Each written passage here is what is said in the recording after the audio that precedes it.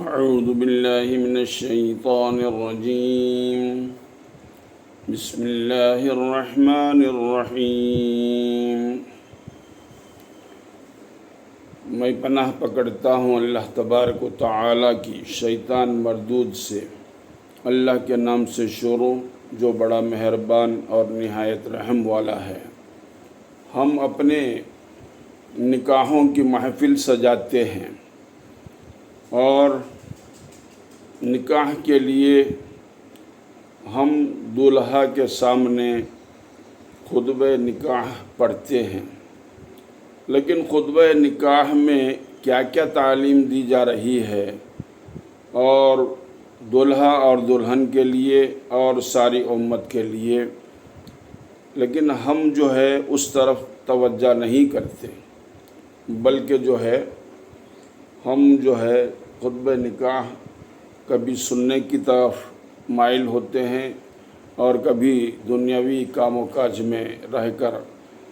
اسی طریقے سے خطبہ نکاح کو چھوڑ دیتے ہیں۔ لیکن قاضی صاحب جو پڑھتے ہیں اور کیا تعلیم دیتے ہیں، قاضی صاحب خاص طور سے ان تعلیمات کی طرف عوام کو توجہ دلانے کی ضرورت ہے،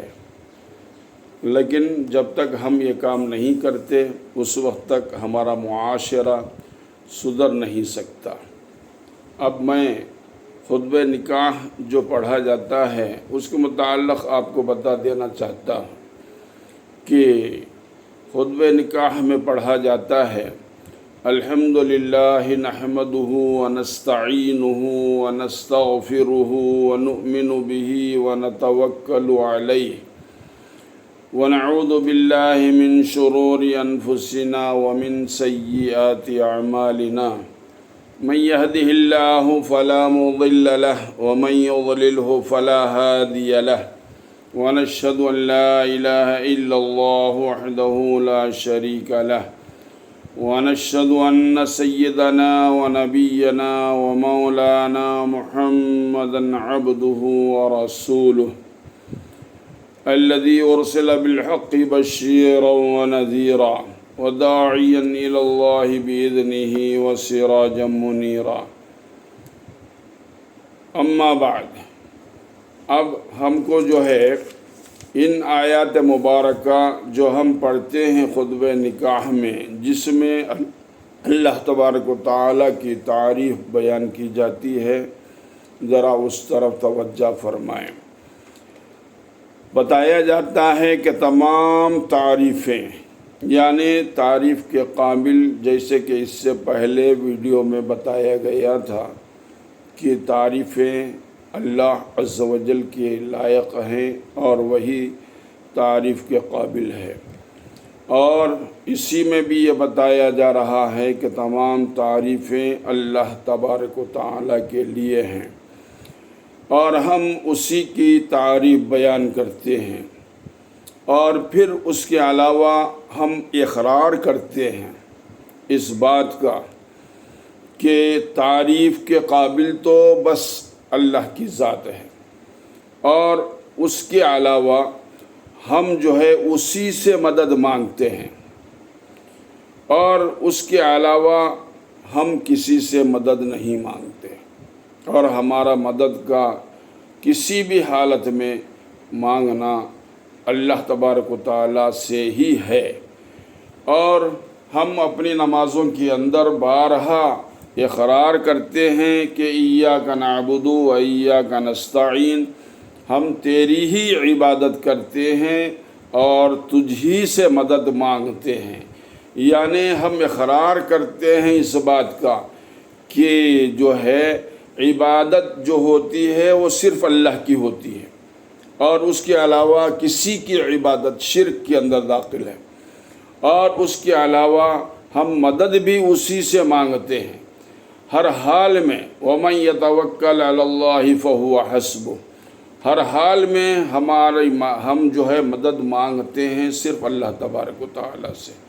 اور ہم اقرار کرتے ہیں اپنے نمازوں کے اندر ہر مرتبہ ہر رکعت میں اقرار کرتے ہیں کہ ہم تیری ہی عبادت کرتے ہیں اور تجھی سے مدد مانگتے ہیں، اور اس کے علاوہ ہم اسی سے مغفرت طلب کرتے ہیں۔ اور مغفرت کا چاہنا یعنی ہم اپنے گناہوں کا اعتراف کرتے ہوئے ہم جو ہے اس کی بخشش کی مدد چاہنا، اور یہ صرف اللہ تعالیٰ کے لیے ہے، اور صرف اللہ تبارک و تعالیٰ مغفرت کر سکتے ہیں، اس کے علاوہ کوئی بھی مغفرت نہیں کر سکتا۔ اس لیے کہ مغفرت کا جو معنی ہے یعنی معافی کا طلب کرنا اور معاف کر دینا، یہ معافی کا طلب کرنا انسان کے تعلق سے ہے، اور معافی کا دے دینا اللہ تبارک و تعالیٰ کے تعلق سے ہے۔ تو ہم جو ہے اپنے ہر معاملے کے اندر ایک تو اللہ تبارک و تعالیٰ سے مدد مانگتے ہیں، اور اس کے علاوہ ہم جو ہے مغفرت بھی اسی سے طلب کرتے ہیں، اس لیے کہ ہم گنہگار ہیں، یہ ہم اقرار کرتے ہیں۔ ہم اقرار کرتے ہیں کہ ہم گنہگار ہیں، اور مغفرت بھی اسی سے مانگتے ہیں، اور مغفرت کرنے والی ذات بس وہی اللہ کی ذات ہے۔ اور اس کے علاوہ ہم اقرار کرتے ہیں کہ ہم تجھی پر ایمان لاتے ہیں، یعنی ہمارا ایمان تیرے ساتھ مخصوص ہے، اور ہم تجھی پر ایمان لے آنے والے ہیں، اور اس کے علاوہ کسی پر ہمارا ایمان نہیں ہے،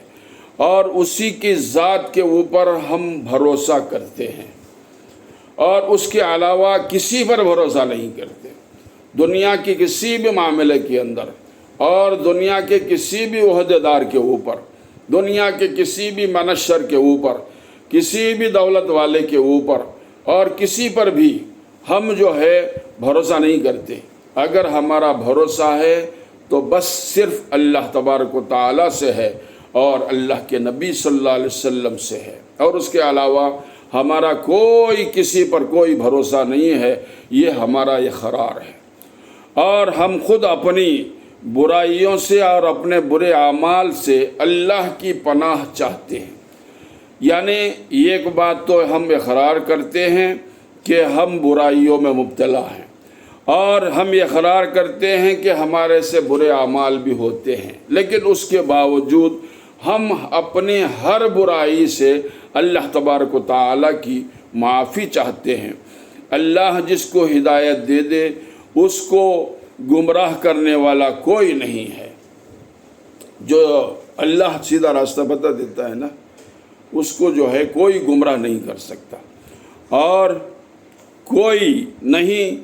جس کو گمراہ کر دے وہ سیدھے راستے پر لے آئے۔ اللہ تبارک و تعالیٰ کی یہ شان ہے کہ جس کو چاہتا ہے وہ گمراہ کر دیتا ہے، اور جس کو چاہتا ہے سیدھا راستہ بتا دیتا ہے، لیکن ہم جو ہے اسی پر بھروسہ کرنا چاہیے، اور اسی کو ہدایت بخشنے والا سمجھنا چاہیے، اور کوئی ہدایت بخشنے والا نہیں ہے، اور بس اللہ کی ذات ہے۔ اور ہم گواہی دیتے ہیں، یعنی ہمارا اقرار ہے، اور ہم اقرار کرتے ہیں، ہم گواہی دیتے ہیں کہ اللہ سبحانہ و تعالی وہ واحد ہے، وہ اکیلا ہے، اور اس کے علاوہ کوئی عبادت کے لائق نہیں ہے۔ اور ہم گواہی دیتے ہیں کہ محمد صلی اللہ تعالی علیہ وآلہ وسلم اللہ کے بندے اور اس کے رسول ہیں۔ یعنی ہم اللہ کا بیٹا نہیں کہتے، اپنے پیارے محبوب کو ہم اللہ کا بیٹا نہیں کہتے، بلکہ ہم یہ کہتے ہیں جیسے کہ عیسائی لوگ کہتے ہیں کہ حضرت عیسیٰ مسیح علیہ السلام اللہ کے بیٹے ہیں، اور حضرت بی بی مریم علیہ السلام کو جو ہے اللہ کی جورو بناتے ہیں، اور یہ کہتے ہیں کہ اللہ تبارک و تعالیٰ جورو کا اور بیٹے کا محتاج ہے۔ لیکن ہم تو یہ مانتے ہیں کہ جو ہے اللہ تبارک و تعالیٰ کی ذات اکیلی ہے، اس کا کوئی شریک نہیں ہے، وہ اولاد سے بے پرواہ ہے، لم یلد ولم یولد ولم یکن لہ کفوا احد۔ تو اس لیے ہم جو ہے صرف اپنے پیارے محبوب جناب سرکار دو عالم محمد رسول اللہ صلی اللہ تعالیٰ علیہ وآلہ وسلم کو اللہ کا بندہ بناتے ہیں، اور اللہ کا بندہ بناتے ہیں اور اللہ کا رسول بناتے ہیں، یعنی وہ اللہ کے بندے بھی ہیں اور اللہ کے رسول بھی ہیں۔ اور پھر اس کے علاوہ ہم جو ہے اقرار کرتے ہیں ان سبھی باتوں کا۔ تو یہ جو ہے خطبہ نکاح جو ہم پڑھتے ہیں، یہ خطبہ نکاح کا معنی اور مطلب بس اتنا سا ہے، اور ہم کو چاہیے کہ اس خطبہ نکاح جو ہم پڑھتے ہیں اس کے متعلق جو ہے ہماری رائے یہ ہونا چاہیے کہ ہم لوگوں کو آگاہ کریں، اس لیے کہ عوام جو ہے وہ کچھ نہیں جانتے ہیں۔ بس اس لیے ہم کو چاہیے جو علم والے ہیں ان کو چاہیے، جو خطبہ پڑھانے والے ہیں، خطبہ نکاح کے دینے والے ہیں، ان کو چاہیے کہ وہ خطبہ جو پڑھتے ہیں، خطبہ نکاح جو پڑھتے ہیں اس کی وضاحت فرما دیں، اور ان کی وضاحت کر دینا یہ مسلمانوں کے لیے بہت ضروری ہے۔ اور جب تک ہم یہ کام نہیں کرتے، ہمارا خطبہ نکاح کا پڑھنا اور سننا یہ سب بیکار کی چیزیں ہیں۔ لہذا جب تک ہم اس کے معنی اور مطالب نہیں جانتے اور ہم صحیح پیغام لوگوں تک نہیں پہنچاتے، اس وقت تک ہم ذمہ دار رہیں گے۔ تو دعا فرماؤ کہ اللہ تبارک و تعالی ہمیں اور آپ کو ان باتوں کے سمجھنے کی توفیق عطا فرمائے، اور جو باتیں ہم نے آپ کو سنائی ہیں، آپ نے سنی ہیں، اللہ تبارک و تعالی سنانے والے کو اور سننے والے کو اس پر ہمیں عمل کرنے کی توفیق عطا فرمائے۔ وآخر دعوانا ان الحمدللہ رب العالمین وما علینا الا البلاغ، وصلی اللہ تعالی وسلم علی خیر خلقہ سیدنا محمد وآلہ واصحابہ اجمعین برحمتک یا ارحم الراحمین، والحمد للہ رب العالمین۔ صلو علی الحبیب صلی اللہ تعالی علی محمد صلی اللہ تعالی علیہ وآلہ واصحابہ وبارک وسلم۔